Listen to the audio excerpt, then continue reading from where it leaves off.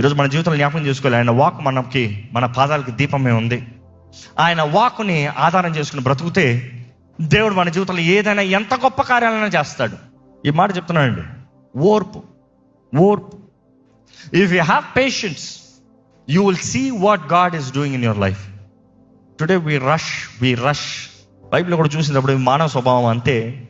మానవుడు ఎప్పుడు రష్ అయిపోతాడు. యేసు ప్రభు తల్లి అయిన మరియ కూడా ఆ కానాను పెళ్లి విందులో ద్రాక్షరసం అయిపోయిన వెంటనే యేసు ప్రభు దగ్గరికి వచ్చి ఏమడుగుతుంది? ద్రాక్షరసం అయిపోయింది. యేసు ప్రభు జవాబు ఏంటి? నువ్వు అడుగుతావు కానీ నా సమయం ఇంకా రాలే. అరే అయిపోయిందనే కదా ప్రార్థన చేస్తున్నాను. దేవుడు అంటే నా సమయం ఇంకా రాలే.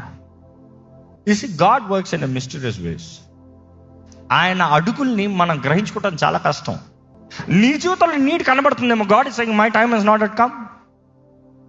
ఆయన సమయం కొరకు ఎదురు చూడాలంట. ఆయన సమయంలో జరుగుతుందంట.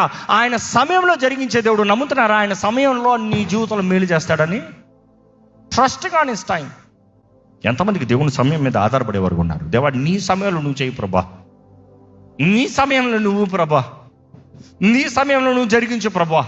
అసాధ్యమైన కార్యాలు నీ ముందు దేవుడు తీసుకొచ్చి నిలబడు, పలుకు, ఎత్తు, కర్ర ఎత్తు, అడుగు తీ. ఆయన మార్గంలో, ఆయన చిత్తంలో విశ్వాసంతో ఆయన వెంబడించాలి. Can you follow?